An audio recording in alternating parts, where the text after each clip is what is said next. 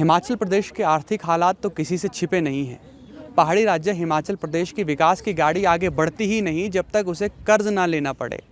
हिमाचल प्रदेश में कर्ज तो पिछले 3 दशक से लिया जा रहा है, लेकिन 3 दशक में आज सबसे बड़ा मुद्दा हिमाचल प्रदेश पर बढ़ता हुआ कर्ज का बोझ है।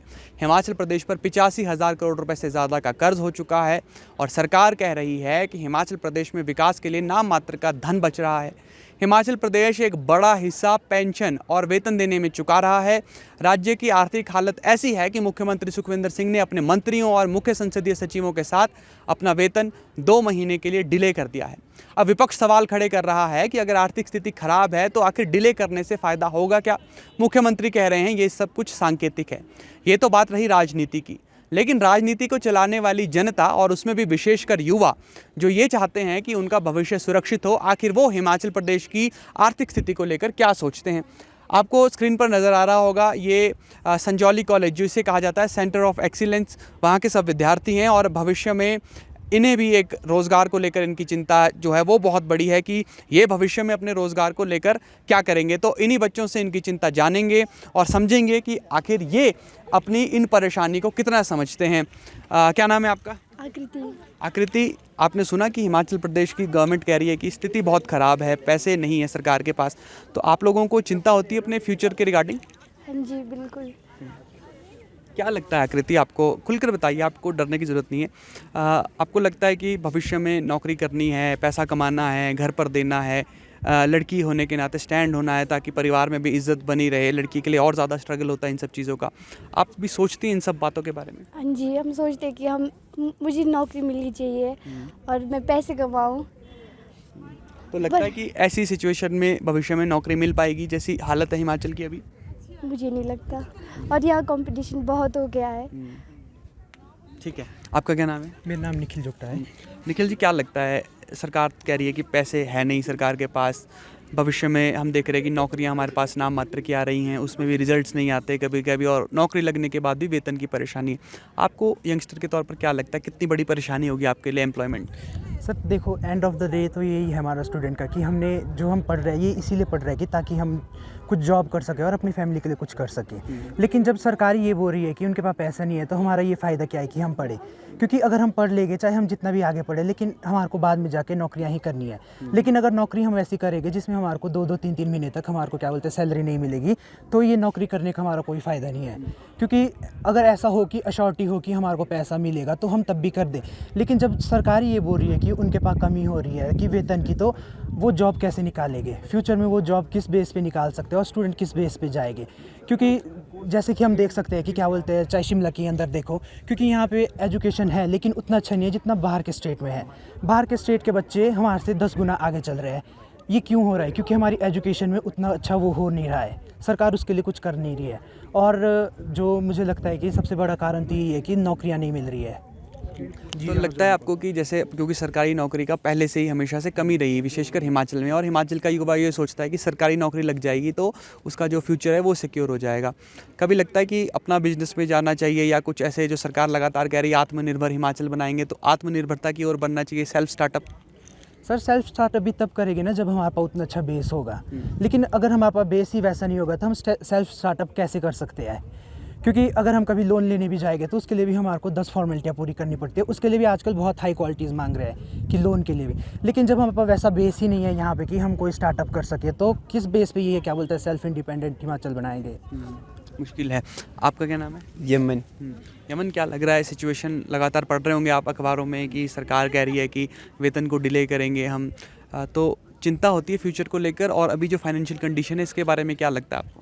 मुझे लगता है ना कि मतलब जैसे हम लोग पढ़ते हैं तो मतलब हमारी सबसे पहले तो पढ़ाई किस काम की है। जब हम कोई भी पेपर देते हैं तो पेपर के 10 दिन बाद आ जाती है न्यूज़ कि ये तो स्कैम हो गया, तो फिर वो पढ़ाई किस काम की रही।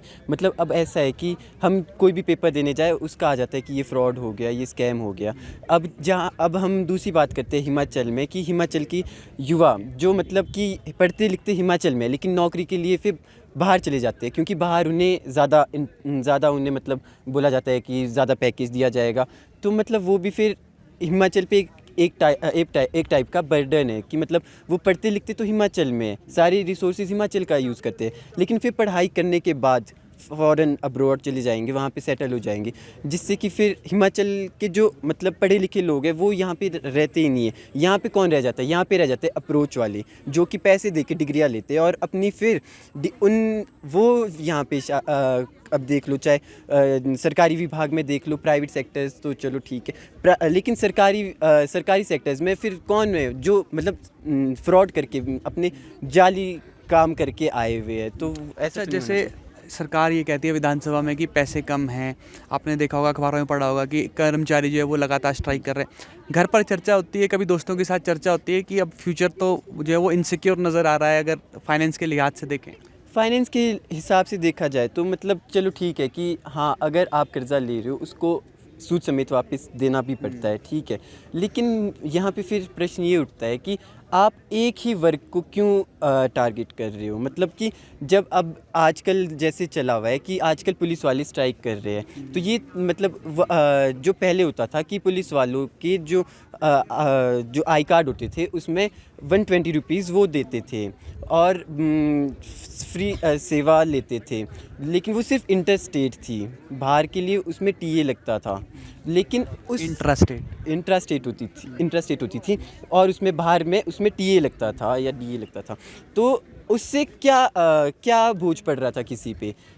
एक पुलिस वाला जो 24 घंटे बिना सोए बिना खाए पिए 24 घंटे जिसने लॉकडाउन में ड्यूटी की है, जबकि सारे लोग अपने अपने घरों पे थे, सब अपने परिवार के साथ थे, लेकिन एक पुलिस वाला कोई कौन से आपको तो पता ही है कोई कौन से सेंटर में था, कोई कौन से सेंटर में था, कितने पुलिस वालों की जानें गई, लेकिन आज जबकि सभी को सम्मानित भी किया गया, उसके बाद डॉक्टरों को देख लो, सबको सम्मानित किया गया, लेकिन पुलिस वालों को तब भी कोई लग्जरी नहीं दी गई, लेकिन उल्टा उनसे लग्जरी ली गई। ये तो थोड़ा मतलब गलत। अपने लिए क्या टेंशन होती है आपको भविष्य अपने की? लिए टेंशन तो ये है कि जब अभी इतनी ज़्यादा स्ट्रगल है, इतना ज़्यादा मतलब एम्पावरमेंट अंडर एम्प्लॉयमेंट है, तो हमारे टाइम में तो फिर बहुत ज़्यादा हो जाएगा। अगर अभी इतना अप्रोच है तो हमारे आने वाले टाइम में तो कितना अप्रोच हो जाएगा। बस ये एक आंकड़े के लिए हिमाचल प्रदेश में तकरीबन 8 लाख रजिस्टर्ड बेरोज़गार हैं और इनमें से भी कई ऐसे बेरोज़गार हैं जो रजिस्टर्ड नहीं है लेकिन फिर भी अभी नौकरी की तलाश कर रहे हैं। आपका क्या नाम है मैम? सानिया। सानिया, क्या लग रहा है हिमाचल में जिस तरह की खबरें आ रही हैं, हम देख रहे हैं कि राष्ट्रीय स्तर पर हिमाचल की एक ऐसी छवि जा रही है कि एक ऐसी स्टेट होगी जिसके पास पैसा नहीं है, तो आपको लगता है कि भविष्य आप लोगों का भी कहीं ना कहीं खतरे में, कैसे भी नौकरी मिलेगी, कैसे पैसा कमाएंगे? बिल्कुल लगता है, क्योंकि वो हमारे लीडर्स हैं, लाइक वो हमें होप देते हैं। अगर वो होप हार देंगे तो होगा क्या? जब लीडरशिप की कमी भी है, लाइक वो सेंटर से जो भी पैसा ले रहे हैं उनको प्रॉपर स्ट्रैटेजी बनानी चाहिए, लाइक हाउ दे यूज़, कैसी चीज़ें। अगर वो चीज़ नहीं करेंगे तो डेफिनेटली हम पे वो फ़र्क पड़ेगा। अनएम्प्लॉयमेंट बहुत है हिमाचल प्रदेश में, तो अगर हम अपना फ्यूचर देखते हैं तो यस, बहुत। कभी डिस्कशन भी करते हैं आप लोग स्टूडेंट्स के साथ, अपने क्लासमेट्स के साथ या घर पर, कि ये सब कुछ क्या हो रहा है? ऐसी स्थिति बहुत ज़्यादा ख़राब लगती है, क्योंकि कभी जब हम देखते हैं सरकार कहती है हज़ारों करोड़ रुपए का लोन हो गया, तो बहुत ज़्यादा प्रेशर सा माइंड में भी आता है क्या कभी? ये सर बिल्कुल होता है। हम डिस्कशन करते हैं और ऐसा लगता है कि हम सब ने कहीं ना कहीं पर्सनली पे लोन लिया है, लाइक हम सभी कर्जदार हैं काइंड ऑफ, अगर हम देखें ना तो यस। आपका क्या नाम है? मेरा नाम किरण है। किरण, क्या लगता है आपके स्टूडेंट्स जो साथ के क्लासमेट्स हैं वो सब यही बोल रहे हैं कि फ्यूचर को लेकर टेंस्ड हैं कि कैसे आगे का काम चलेगा, कैसे गाड़ी चलेगी, कैसा पैसा कमाएंगे? आपको क्या लगता है पर्सनली कि जो हिमाचल प्रदेश पर फाइनेंशियल बर्डन है, जिस तरह से सरकार बात कर रही है कि पैसे की कमी है, उससे आप लोगों के फ्यूचर भी कहीं ना कहीं इनसिक्योर है? यस सर, बिल्कुल है, क्योंकि सर आज के टाइम में 2024 में जब इतना लोन अभी से है, तो आने वाले जब हम 10 साल बाद 20 साल बाद 15 साल बाद देखें तो वो और भी ज़्यादा बढ़ेगा ही, घटेगा तो नहीं। क्योंकि जिस तरीके से हमारे यहाँ पे चल रहा है कि बच्चों को एम्प्लॉयमेंट नहीं मिल रही है, बच्चे जो हमारे हैं वो पढ़ रहे हैं, ऐसा नहीं कि हमारे यूथ पढ़ नहीं रहा है, वो पढ़ रहा है, और लेकिन पढ़ के वो करेगा क्या? पढ़ रहा है, सिर्फ पेपर दे रहा है, लेकिन वो निकल ही नहीं रहे, क्योंकि फिर स्कैम हो जाते हैं, बहुत कुछ हो रहा है।